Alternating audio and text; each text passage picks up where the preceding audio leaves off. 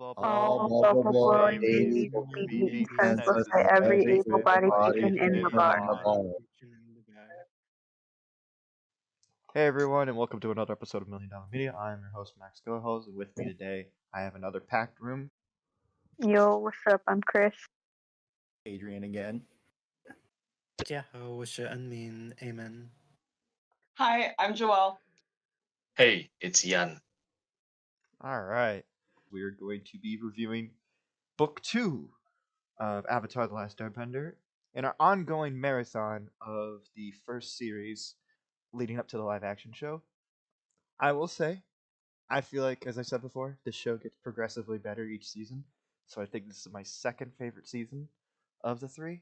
I just love this series, and I love this season in particular. My general thoughts are just like, I love the later half of the season more than I do the first half. And that's just for obvious reasons, as we'll get into. But I kind of hear everybody else's general thoughts real quick. It was one of my favorite seasons. Like, season 3 ended up having so much action that it kind of meh. But, like, you get to see the gang be a little goofy this season, which I kind of liked. Yeah. Also, Zuko character development, but we'll get to that later. We will. Yeah, I'm kind of the camp where I really enjoyed this season, and getting to see these characters actually develop and get this dynamic, and we're introduced to a couple of really interesting characters that have a really special place in my heart, but we'll get into that later. I think I do prefer this one over 3 because I like the last episode and few episodes better than I like the actual finale of the show. I know it might be an What? unpopular opinion, but yeah. Okay. Them some fighting words. I challenge you, Agni Kai. Alright, anybody else got any general thoughts? This season introduces Homegirl Toph. So Oh. it's a good season. Things I'd never hear Eamonn say is homegirl, not gonna lie. Toph is 10 out of 10. She's one of my favorite characters. Yeah, alright, I guess we could move into like what we're all talking about is like the one of the main characters that shows up in the second season. She's a very popular character and a lot of people's favorite character, which is Toph, the blind bandit. I think voiced by Jesse Flowers. I don't have anything pulled up, so if I'm wrong, I'll just put it in the video saying I'm wrong. Apparently, she was also a kid at the time of voice recording.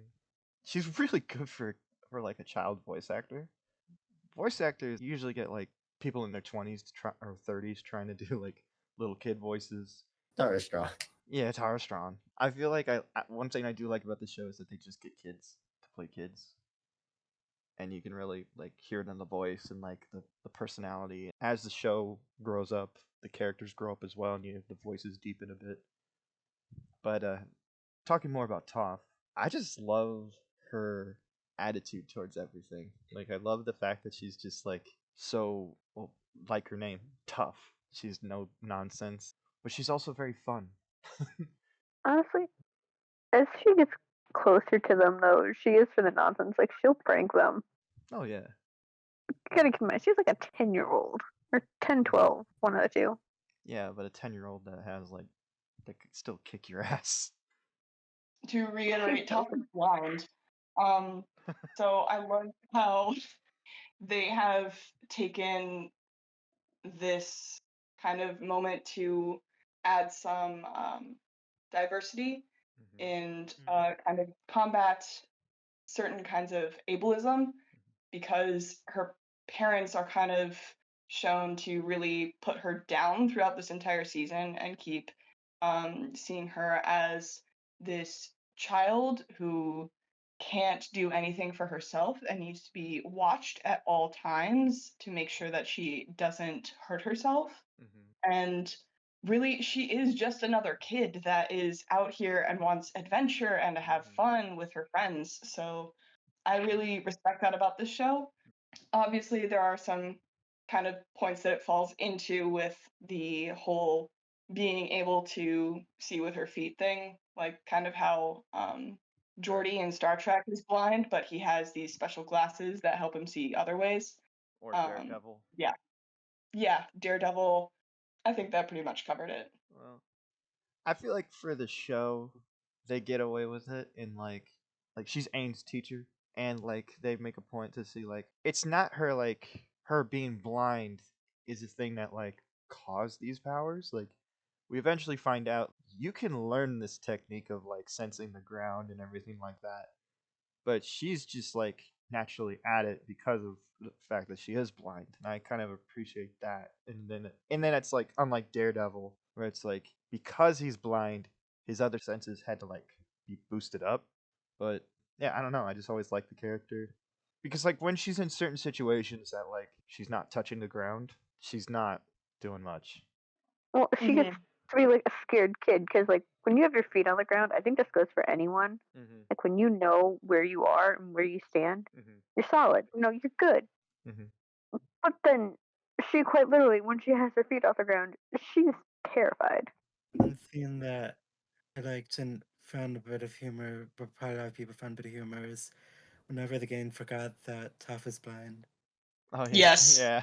Like in the first episode, we get introduced to her. Like Sokka drops the belt, and she's like, "Oh, sorry." Oh, I did find out an interesting fact about this show. That you know Hmm. how in the beginning, like they have the earth, or like fire, water, earth, air, and all that.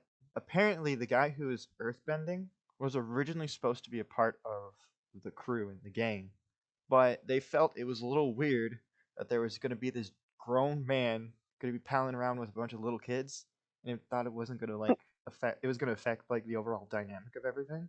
So they came up with Toph as a way to like subvert expectations, and what they ended up doing with that original design is turning him into the boulder. I think they kind of poked fun of it in season 3. Oh, yep, that yeah, exactly. That's why yeah, during the Yeah. players, she's played by Yeah. a giant man. I was curious why they chose the silhouette of Boulder for the earthbending beginning. Mm-hmm. Because I noticed that growing up and I was like, wait a second, Mm-hmm. why isn't that Toph when this other one is clearly someone who is like central to this plot line? Mm-hmm.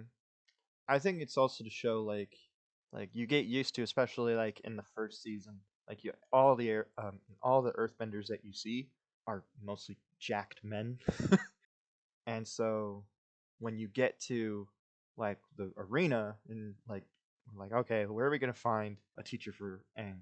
And when it comes to this little girl, it's just like Boomy said, you got to find someone who will wait and listen and find the right moment to strike. And it's definitely like appearances can be deceiving, and that's kind of what really works for Toph.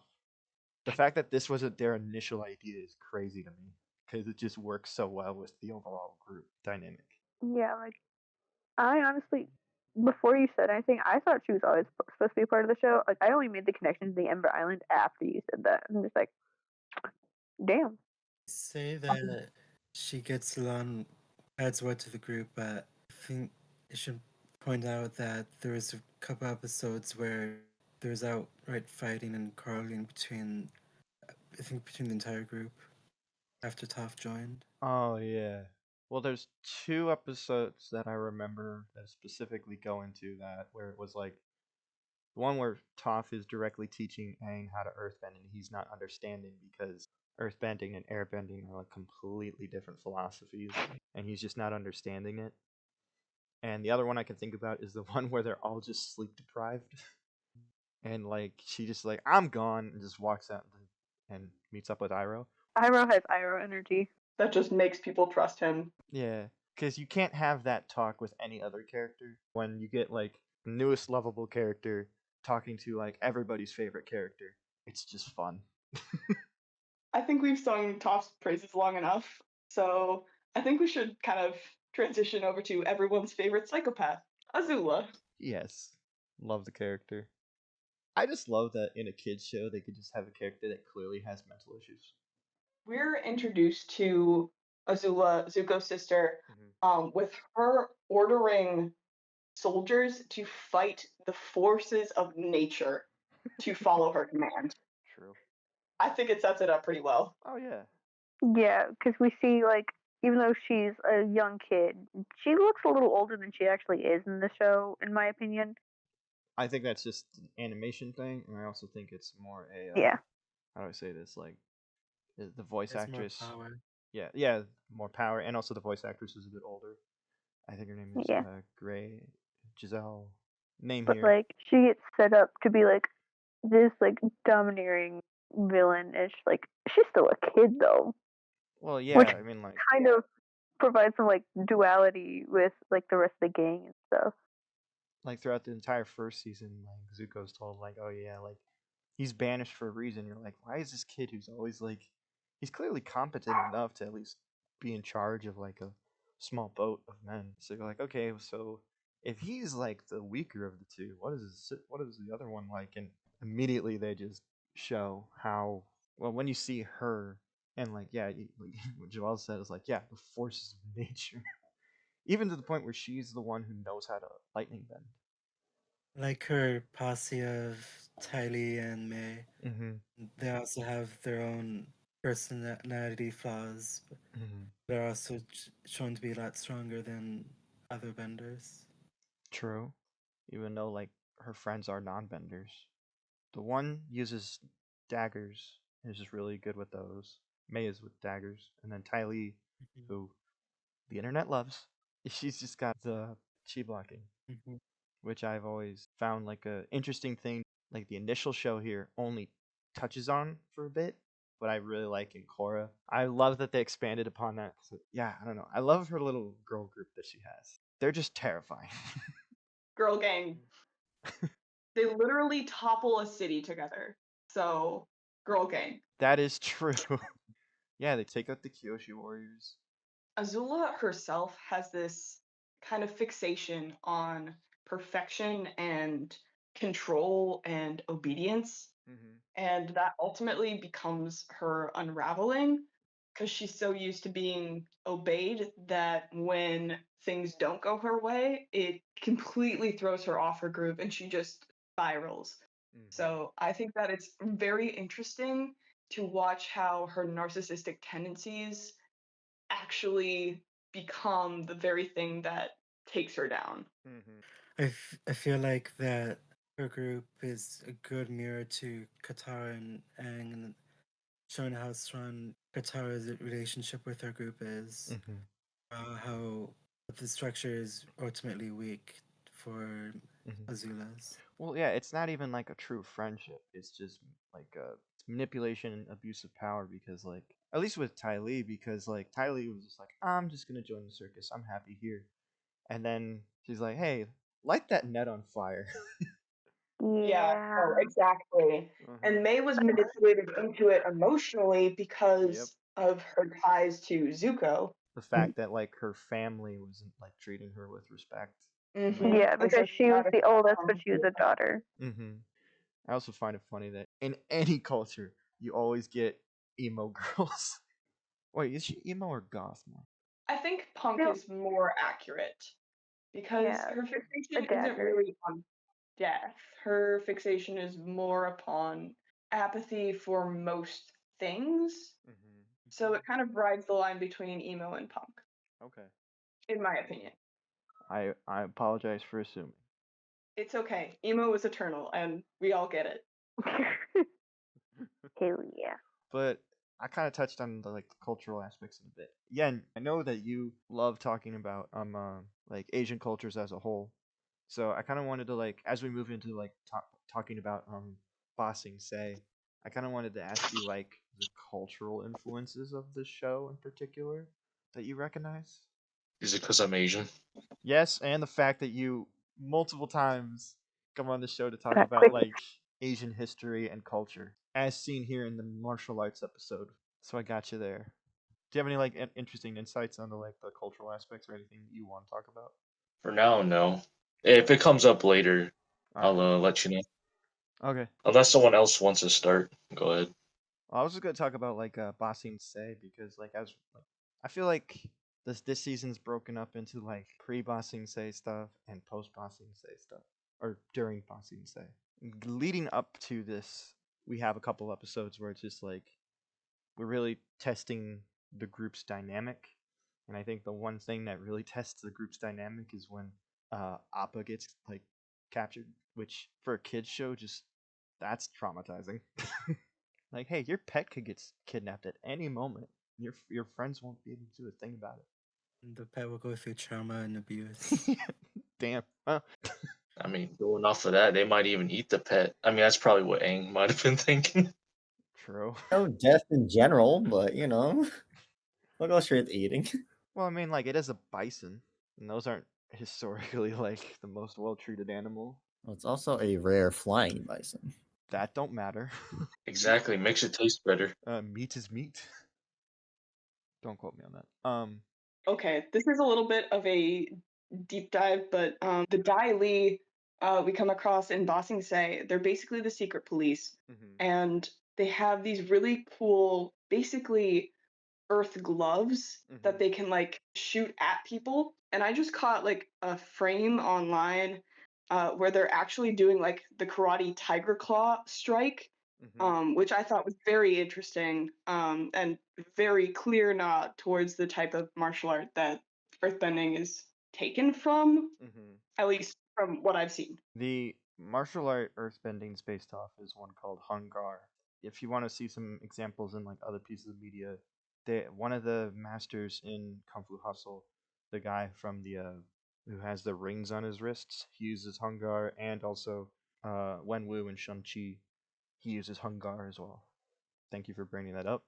It's all about like keeping a really strong stance, like low to the ground kind of stance. And Homegirl Toss, her version of earthbending, is praying mantis style kung fu. Not the same as most other earthbenders because she's just that cool.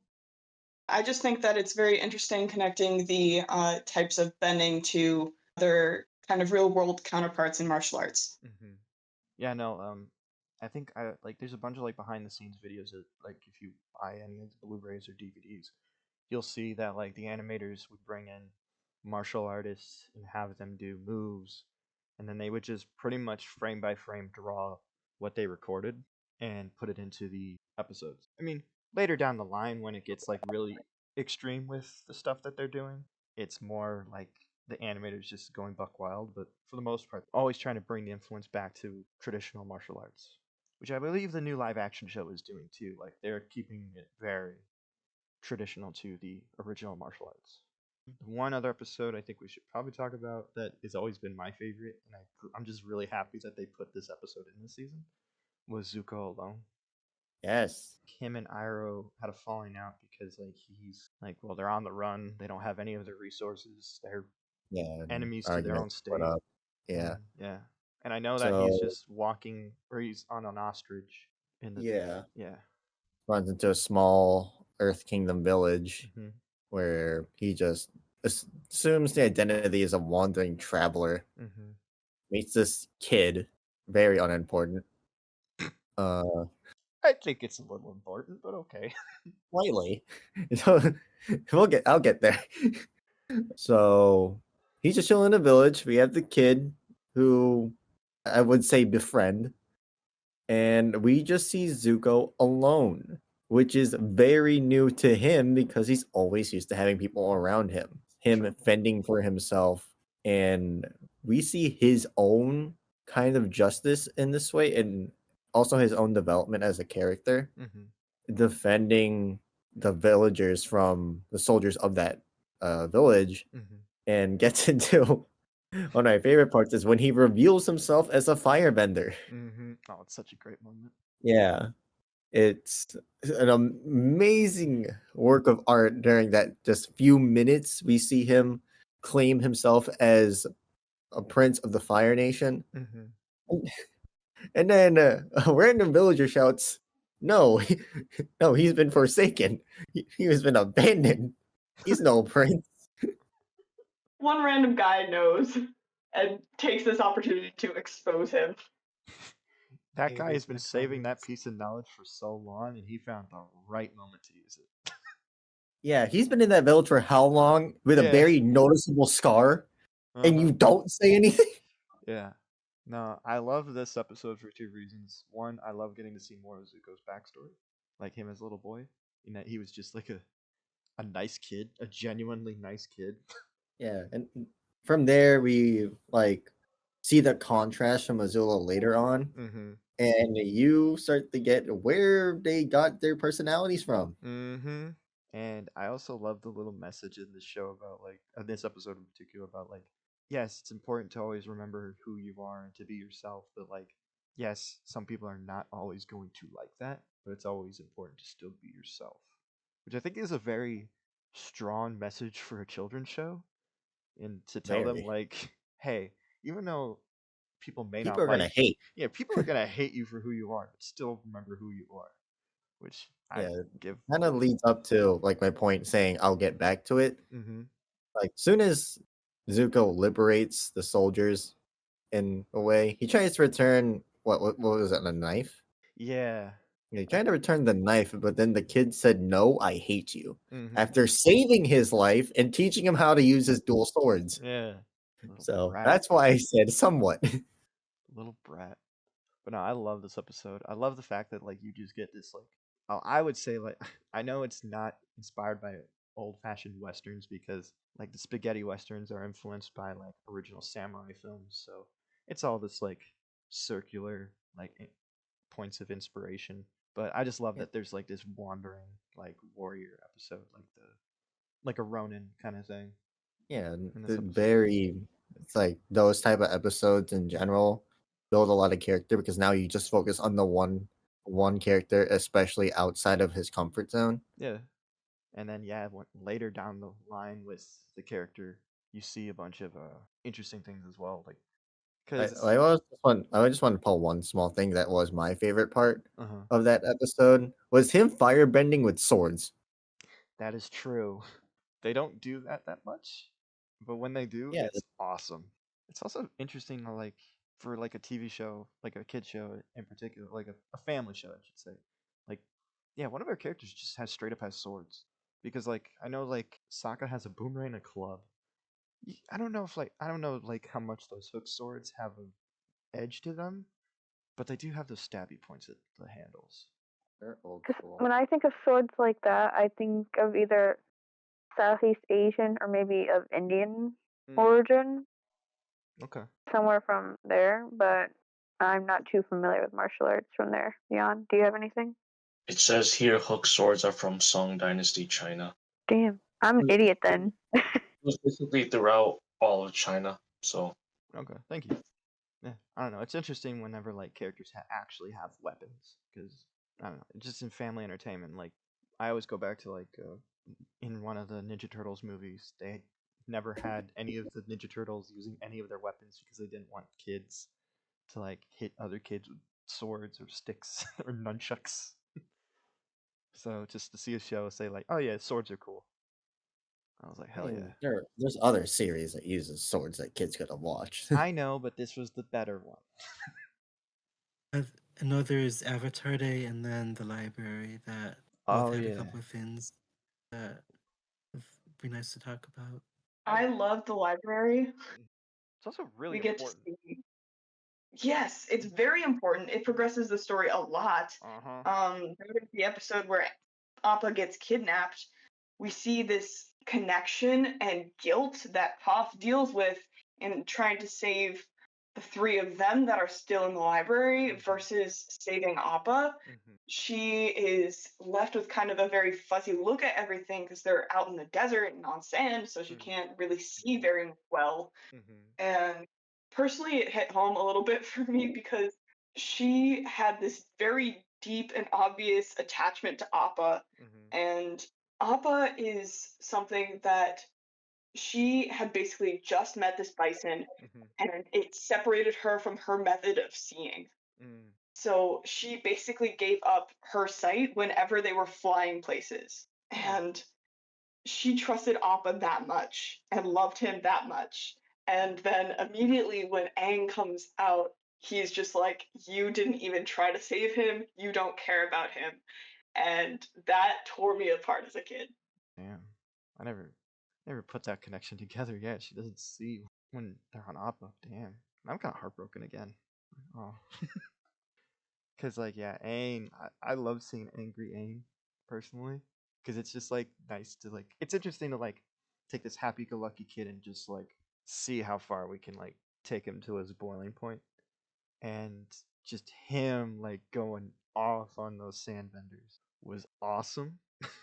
It's also one point in the show where we actually see him kill something. There's one moment where like one of those like bee things is like running away, and he just outright like swipes the thing out of the air, and you just see it get cut in half by like a gust of air. It shows that, like, still yet again, airbenders very fucking strong.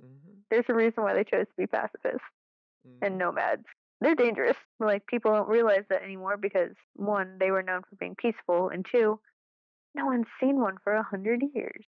And now you have this emotional kid who does his best to control his emotions, but he's a 12-year-old kid. Yeah, no, definitely. I think that is definitely a turning point that we see for him as someone who has very much pushed for peace and finding basically any other way out of conflict, strike out in this moment of anger. Yes, pun intended. Anyways, and Chris's point, I think that that's also part of why the Fire Nation chose to go after the Air Nation, not just because they would have the next Avatar, but also because the Airbenders themselves could turn the tide of the war. Yeah. Every time I like peel back a little, like pull out a little thing in the show, I'm always like, they really thought this out, and like everything just fits so well together.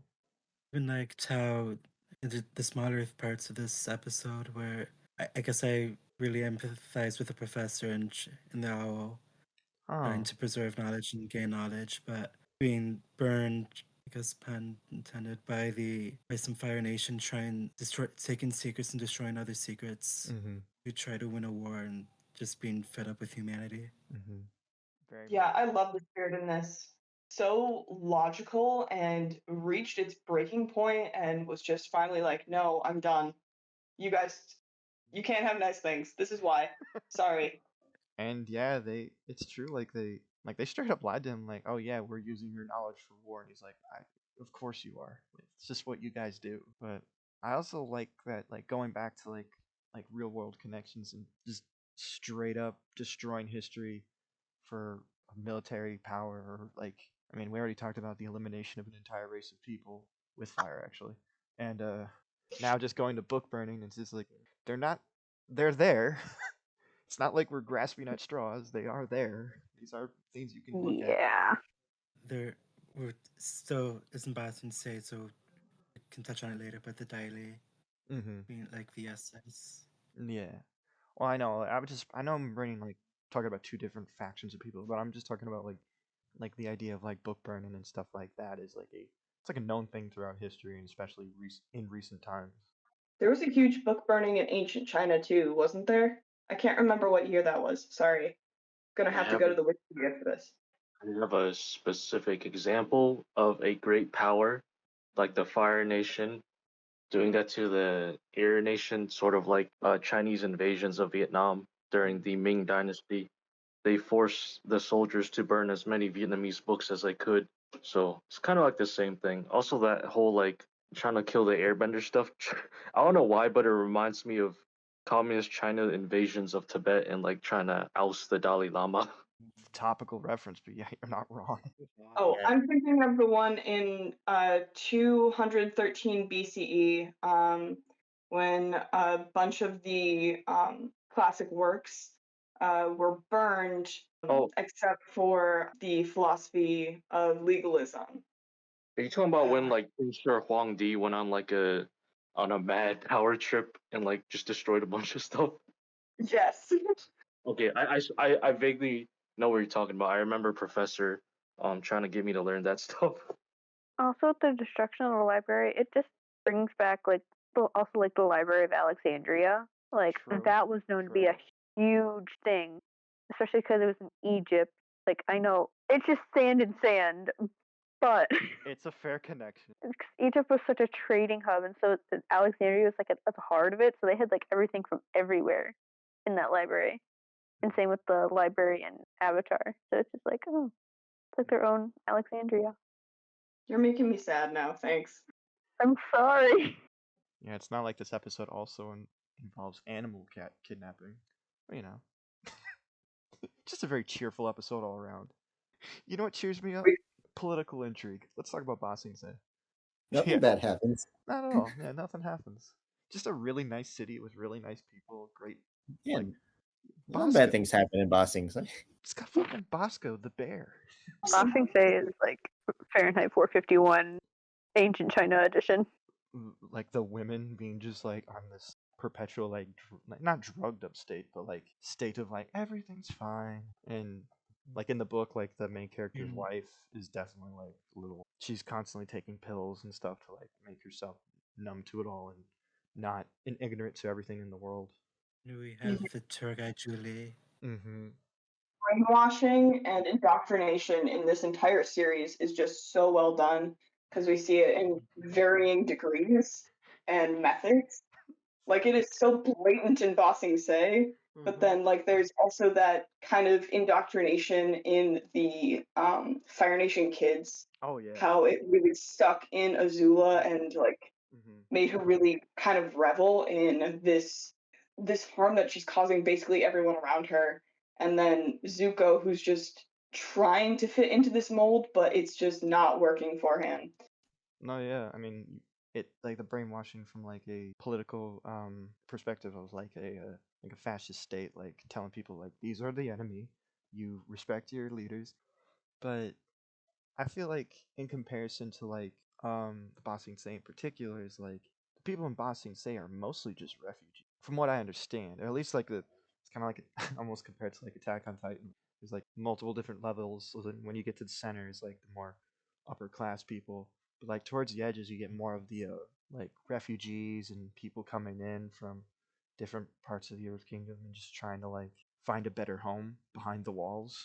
Yeah, because isn't that part of the reason why Jet and his gang were in the walls? They were in like the outer skirts too, I think. I believe so. I don't remember specifically what they were doing. All I remember is that they were just help getting food for people. Yeah, they crossed over with Zuko and Iroh just by chance. Which I gotta say, Iroh, not his best decision. Just like, hey, I'm gonna warm this tea. Come on, man. Listen, the man was desperate, and tea should be warm. Thank you, and good day. Put your foot down on that. I'll respect it. In actuality, iced tea is okay. I mean no disrespect to the Southerners. Emily, if you're listening to this, I'm sorry. Peach tea. I found it interesting that the Earth King himself, he didn't have to actually train or do this special hypnotism for him, but he still had no idea what was going on. And I watched a video by Xion Jeja, and she mentioned that the last emperor of China also didn't know that China fell for multiple years. Yeah, that seems to be an occurrence occasionally in history where rulers don't know their nation. And the Earth King really portrayed that. Oh, definitely.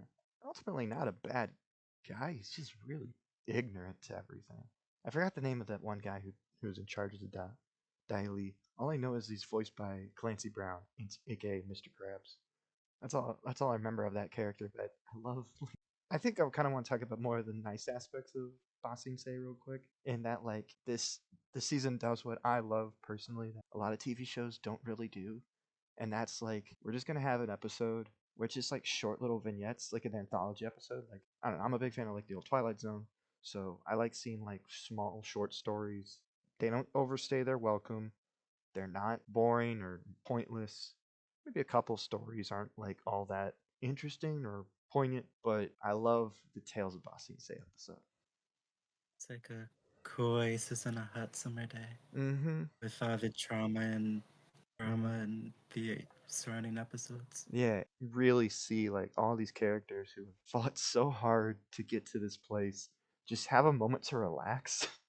Yeah, I think this is the episode where Katara and Toph have a girls' day, right? Yes, and they get makeup. Personally, I love this like kind of glimpse into the connection and shared vulnerability of Toph and Katara because they're always kind of at odds, just a little bit because they're acting as foils for each other throughout more of the first part of the season. Because Toph has so many tomboy tendencies that we don't think of her as she's still a girl and she can still care about stuff and that's just fine. She's a complex character. and making Katara come to that realization too, and come to her defense and see her as someone that she can protect as well. Mm-hmm. I also find it like going more to like her insecurities. Like you also have to remember like her upbringing as someone who's a little girl who's just being pampered all the time and like always told to like you have to wear nice this, you have to put your makeup on. Like, and for a blind girl, like she doesn't see what any of this looks like. She doesn't really care about that image. Like she doesn't see that image. So like when they're like, let's go get makeup and stuff, she's rightfully so just like, I don't care, but like if you just want to do this, that'd be fine. Like for the most part, they seem to have a good time until those bitches just completely like make fun of a blind girl. This also kind of plays into, she's a 12-year-old girl. She's going through puberty. She's going in that weird transition period of being a kid and a teenager. So there's like, yeah, she's been a tomboy, but also it's like her first time feeling like super feminine with someone she can relate to. It's not like when she was at home where she was forced to dress up feminine. Like it was her choice this time. Yeah. And that probably is a little different for her. Agency always makes the difference. I think I'll just talk about the Sokka Aang ones real quick. And the Aang one is just a little fun episode, just showing his love for animals. It's really fun. Like I also find it really funny that he just straight up makes a zoo, which is also honestly though, it's such a sweet thing. It is. Like he's making sure these animals have homes. It's great. It's also supposed to be what the Avatar's supposed to do. Just like they see Ron, they fix it using their powers. You know, just cool shit like that. And the Sokka one, I think it just morally just goes to show his like quick-wittedness, and like it's pretty much just a rap battle with poetry, which is technically a rap battle. But Sokka gets in a rap battle with an old lady. Yes, and I love the bouncer in pink who's just like, that's one too many syllables. Yeah, I just wanted to mention those real quick because I know you all just want to talk about Zuko. I think this is the real start of like him going on this brief period of like wanting to just settle down and live in the Earth Kingdom and not have to worry about, you know. Was this tea shop or no? Yeah, this is when they were at least starting their tea shop. Oh, okay. And like and that one girl comes in thinking he's cute. The date, yes. Yeah. Yes, now I remember. Yeah, just goes on a date for the first time, has no idea what to do. Relatable as fuck. Oh yeah, I mean I can't relate but yeah. Yeah. Single. Bro doesn't know what to do. Hey, let me just hide the fact that I'm a firebender. Let me just light these candles and be romantic as fuck. Yeah. Although imagine putting your cover in danger to raise her up. I don't see any other way. At least she didn't say that she hated him. Like exactly. Boy, he Yeah, we never got that confirmation. For all she knows, she just has he has a lot of friends that just like all this came out of nowhere. Well, also, I think it's in the lore. Also, like creating fire for firebenders is really hard. Like it's a high level technique. Most firebenders have to use already existing fire. I think that's a plot point. All right, well. So that might also have been. Clearly, it didn't matter in this occasion. Well, yeah, because Zuko obviously has high level training. Like he learns lightning bending eventually. Okay. Also, royal family of the Fire Nation, of course they're going to have advanced training. True. Like Azula has personal lightning bending teachers. Well, she's also a prodigy. True. Like Zuko. But like Zuko is not like Zuko is a lot stronger than your average firebender. Oh, definitely. We're being completely honest. It's just Azula is fucking insane. But going back to the date, I just love this episode because like one, that hair, that slick back oiled hair, is so bad, but it's kind of funny. I also love the fact that like Iroh is just like, Zuko, you got this. Have fun. Yeah, I mean, going back towards like the beginning of this part, he thinks she's a spy just because she's looking at him. Just because she's just consistently eyeing him. He's like, like Uncle Iroh, I think she's made us out. She's continuously looking at us. Yeah. Which is such like a relatable dude thing. Dude, that is hella relatable. That is very relatable. We have no experience. Yeah. If anything, it is a threat if a girl looks at us. We are afraid. Yeah, no, it definitely is. Yeah. We are afraid. We are afraid of women. They scare us. Women terrify me. I want that to be put on the record in this video. Women terrify me. You don't learn life lessons from Avatar? Bullshit. I did. Women are I scary. didn't learn any political beliefs. I just learned not to mess with I learned women. how to riz. Unlike the characters, I don't have bending. I was just gonna move on to like the last three little bits of the Bossing Say arc that I like. Are the Momo one is really cute and sad, but the Momo one sets up the Appa full-on episode of like figuring out what he's been up to this entire time, and like Appa's badass in my opinion. Like especially like they do a lot of tricks that like Disney animators do when they do like things that don't like characters that can't speak. Like they do a lot of really good like animation techniques of like camera angles and lighting to get the proper mood across and tell the story. And another thing I like, and I think I should mention this, is that all of the animal noises you hear in the show is done by a guy named D. Bradley Baker. Like he does all the animal noises. I love that.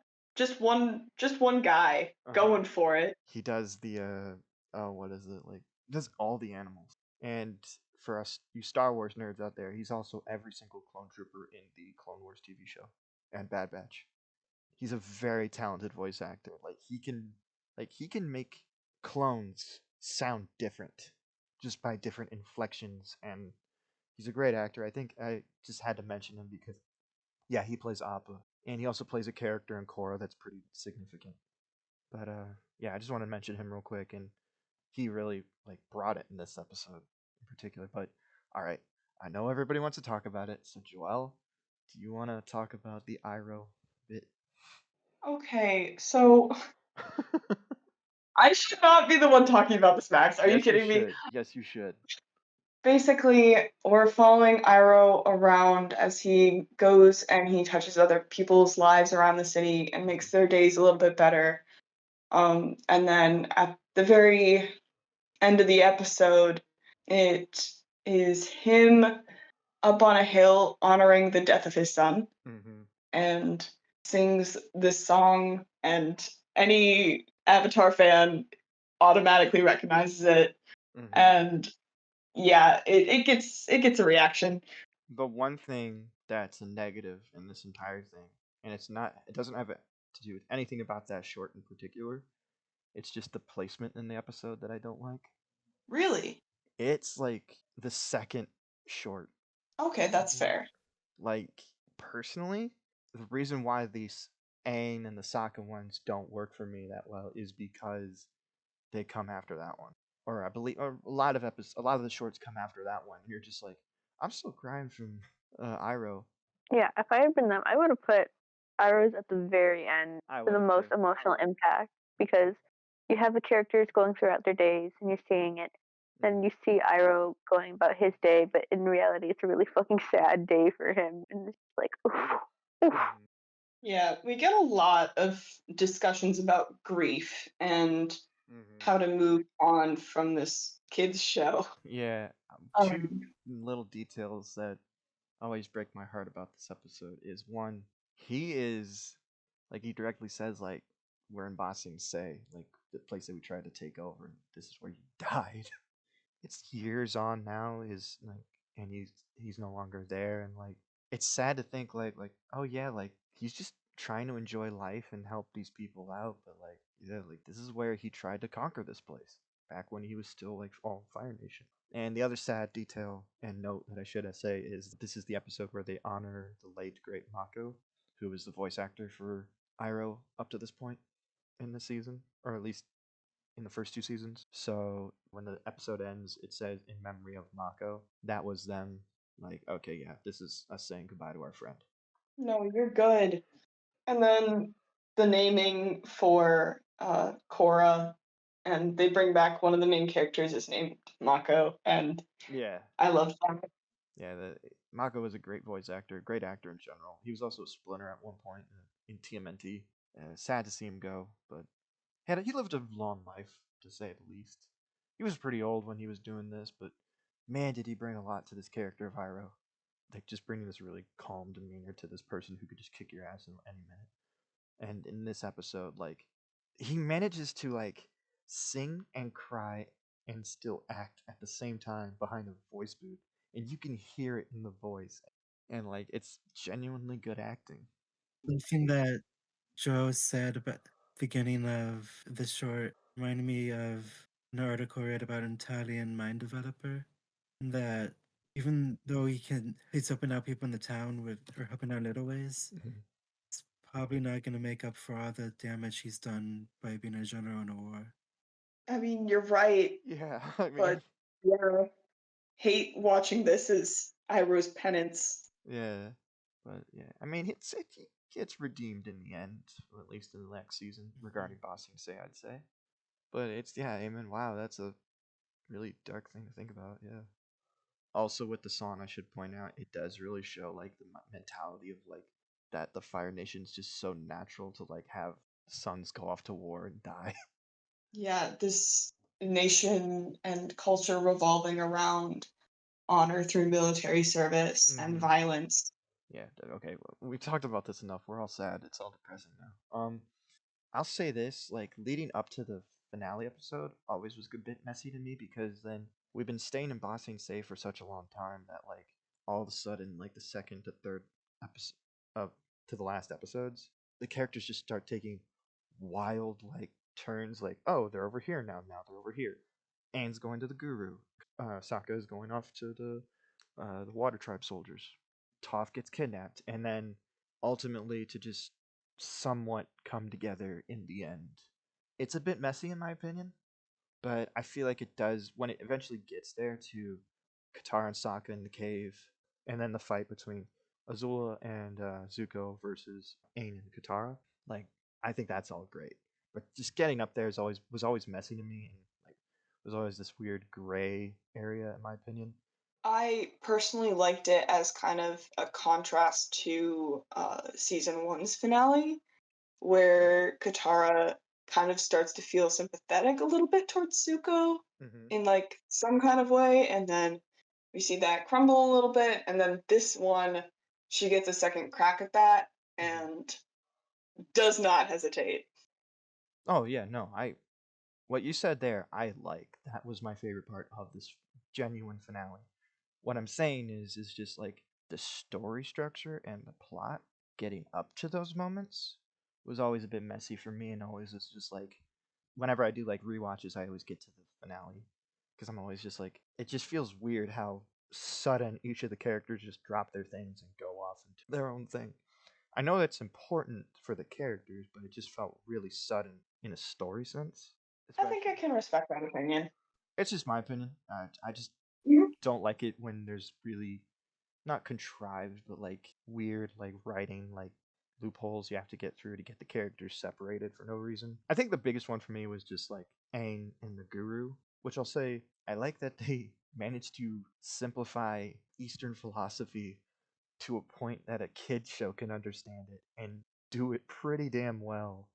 That even people who like practice those teachings and customs have commented on this and said, "Yeah, no, that's a really it's a little simplified, but like that is how you break down like your different chakras." And I'm clearly not the one to like comment on like what they got right, but I just know that like certain people have commented saying that like the show really did their homework in trying to like explain what those are. Oh, and Tofu's metal bending. I thought that the end of season two was really where we got a lot of turning points for characters Definitely. that really make them who they can be in season three. I agree. It was great to see like the stuff like you were talking about with everything with Katara and Zuko in the cave, and for that brief moment, you kind of see that like, hey, maybe I can fully move on because he gets the option to like heal his scar, or he gets the choice to like start a new life fully without having the scar to remind him of his past. Ultimately, just giving it up because he's still in that like headspace of like I need to regain my honor for my in my dad's eyes. I need to do this. I need to do this. It's just heartbreaking because you just see this character go on this really emotional journey, and just to see him do a 180, it's sad. Always die hard. Yeah. Like we see a different view on the Avatar state. Mm-hmm. I don't know, like its overall significance, but it's like extremely different than what we see in season one. Mm-hmm. I think the difference in this is that like he's been taught by the guru that like he needs to forego any earthly connection and give up Qatar. He has to give up all of his friends. Like I think that's what makes it really terrifying is that like this is the one time you see him just like no emotion, like This is like a conflicted Avatar state. this is a power. This isn't a savior. This is a power being used as a weapon. And even though you said it's terrifying to look at, like I kind of like that the show's just like like in traditional animes and like Dragon Ball, like they all these people let them power up without attacking. Yeah, I could have Azula broke rule one. yeah, Azul was just like nah, and just like shot a kid. Whoa. I mean, Yeah, he just shot a kid. You know, child on child crime. You don't talk about it. I hate the fact that this has become a reoccurring joke within 2 videos that I've recorded so far. Max is known for his dead kid jokes. Hey man, I'm here all day. We're gonna move on before like cut that out, Joelle. Also, yeah, what a traumatic thing to like end the season off on. Like, I mean, like at the beginning of the season, we learned that like if you die in the Avatar state, that's it. Like the link is broken, and there's no more avatars. And to literally have that plot line almost happen, and like, oh yeah, we almost killed off Aang. He's ultimately saved, but still, I don't know that image of like seeing all like the line of avatars just like fade, and then you see Roku vanish. That still sticks with me. Trying to think of like anything else like we can talk about this finale because it is a great finale. You get to see Iroh do another one of his like "Don't fuck with me" like doesn't he like surrender? Yeah, he does. Yeah, because I wasn't like watching this show like episode by episode or waiting for each season. I could not imagine waiting Yeah. for the next Yes. season. That would have killed me. This leaves up so many like different things. Like Azula and the Fire Nation have basically taken over Ba Sing Se from the inside, like Joelle said earlier. Yeah, Yeah, the return of Zuko and Iroh joining the Fire Nation. I mean, Zuko joining, Iroh basically captured. You know what I really like about this show is that like you don't see the Fire Lord for like the first 2 seasons up until the end of the second season, and then when you do, it might be underwhelming to some people that he just looks like a normal, handsome Asian man, but like to me that's more scary because it's just like he doesn't have any disfigurements, he doesn't have any crazy facial structures or any like weird character designs. No, he's just perfect. He's just a he's just a guy who has too much power and is just it just shows that yeah, not all your monsters look like have sharp fangs or claws or something like that. Like they're normal looking people who just do horrible things because you also have to remember he burned his kid. The most dangerous people don't have to look menacing. They could be your everyday looking human. Mm-hmm. And they could be family. Exactly. Yeah, because like Ozai fucks with his family a lot. Like he, pretty sure he like had a hand in his own dad's death. Ozai is not afraid to hurt people who are blood related to him. Oh. Yeah, I just think we see a little bit into him also and how he pits Azula and Zuko against each other. yeah, I just wanted to point that out because like this is the first time like we see him, and like again, me as a kid, I just accept everything that I'm seeing, like you know. So when I see the Fire Lord, I'm like, I guess that's what he looks like. But now, like doing a retrospective, really thinking about like what this guy has done, what he's going to do. I mean, it's a cartoon, but I guess now that it is in live action, a very handsome Asian man. It just proves the point even more. I think that's pretty much all we can say about book 2. We kind of just did a big recap, like talking about our favorite episodes and the deeper themes and all the things that we liked about this season. Does anybody have any like final thoughts before we wrap this up? Like, Yeah, I guess going with the whole theme of Bossing Say and the Earth Kingdom, mm-hmm. I like how heavily inspired it is by like Qing Dynasty stuff. Like when it came to some of the women's headdress, like it's just a straight rip off from from like a history book. Like I like how Bossing Say is pretty much the forbidden city of Beijing or Peking or whatever. I always said it was kind of like China because it just has like giant wall around it, clearly inspired by like the Great Wall. I'd argue all three. Well, I shouldn't say all three. 3 out of 4 are pretty much just China, with like a bunch of Asian things in general from the continent of Asia just pushed onto it. All right, I've talked enough. Well, book 2 is a great lead off into book 3. A lot of characters, a lot of character development, and all I have to really say is it's a great setup. It's amazing. Well, I think that just wraps up our thoughts on this season. Like, this season just really cemented that this was a really well written show, and like Adrian said, like it sets up season 3 in such a way. Like, it reminds me a lot of The Empire Strikes Back in that like great middle chapter. A lot of times the middle chapter's not always that great. But yeah, I hope you guys liked what we had to say on this episode. Please look out on the channels for when the next one comes out. And after that, we will be reviewing the first season of the live action show. We're recording this less than a month before the show comes out. So hopefully it's good.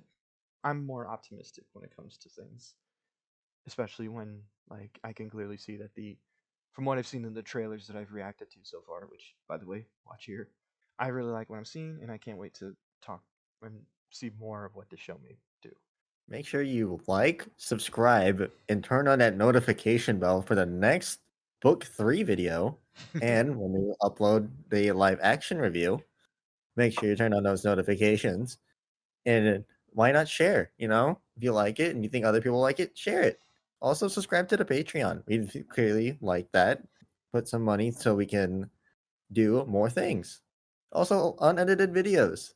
Did anybody else just see that mutiny that just happened there? Hey, Yes. dude, you sound dead. We need energy. Thank you. Listen to Adrian. Watch her stuff. Leave in the comments, is water wet? If you didn't on the last one. Is the earth flat? Yes or no? I was just about to say that. Well, there you go. We hang out too often. Anyway, like and subscribe. Any other last words? Adrian, you sound like an AI bot. Fuck you. Don't Fuck you. forget to join our giveaway. Yeah, we're actually giving away Max. No, Giving away Manscaped. the channel. No, I didn't say we're giving away Max's channel. It's just Max himself. Yeah, and with that, the channel. Yeah. That sounds sort of illegal. Sort of. What? No. Sort of. Maybe we're just gonna get him a date. Maybe that's just it. We're just gonna Yeah, give him away on a date. tell him so he gets a date. Yeah, that's what I'd call our relationship. I mean, Welcome to I'm the sorry. Patreon. I'm overtired.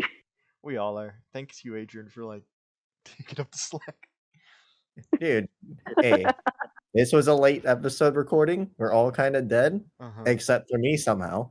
But well, let's go. You've been like quiet in the background throughout this entire episode. Next thing you know, you're just Dude, like, I have nothing to say.